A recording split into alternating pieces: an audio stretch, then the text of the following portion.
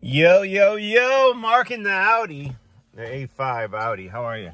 I'll try to avoid those, those extreme close-ups because they're not flattering.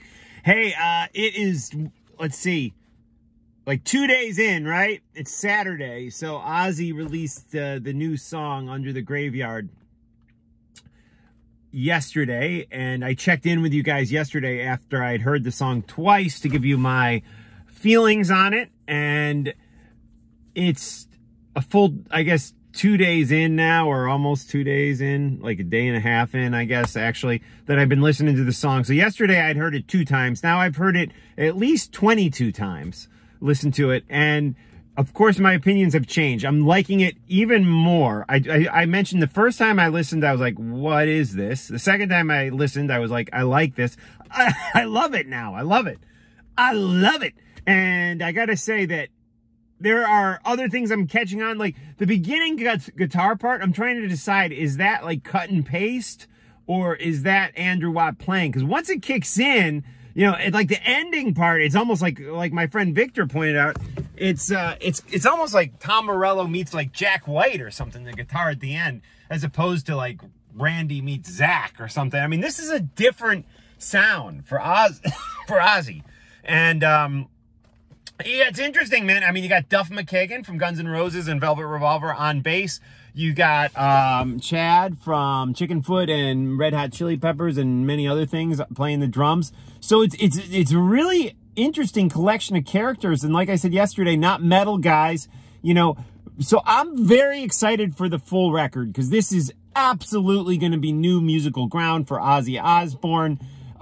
Will we get some of Andrew Watt's pop sensibility? I think so. I think so. I mean, he's definitely got a style now that he's going for. And are these songs that Zach and, you know, Blasco and Tommy Clufetis are going to play in concert? I don't know. I don't know how that's going to work. Because obviously the guitar style on the one song that we heard is nothing close to any guitar player Ozzy's ever worked with. Zach is gonna be a little weird with him playing that, I think. Or is this just an album that Ozzy just threw out there as a creative, artistic statement that he's not concerned with playing the songs live? Oh, there's a helicopter. Can you see that? Or this will never happen, but it would kind of be cool. What if Ozzy did like a small theater tour with those 3 guys, Chad Smith, Andrew Watt, and Duff McKagan? I mean, obviously, I say small theater because, you know, what I'm envisioning, this is just me with my, you know, wet dream fantasies of, of what I want to hear musically. Ozzy goes out with those 3 dudes and does like a more intimate show, plays all the new songs. Like this is ever going to happen because Ozzy, you won't even play. He never wants to play new songs. But although, you know, on that the first leg of the Black Sabbath thing, or the first tour right after 13 came out, you know, not the technical farewell tour, they did play a number of new songs. So Ozzy, maybe I'm wrong. And when Gus G was in the band, you know, they were pulling out some older songs too. But what happens? What happens if Ozzy did this, like, played some, like, select cuts from his solo albums and Sabbath, but then played a bunch of new songs off the new album and did a small, like, intimate, you know, 3-week tour, and then came back and did the arena tours that have been, you know, rescheduled with Zach and Blasco and those guys?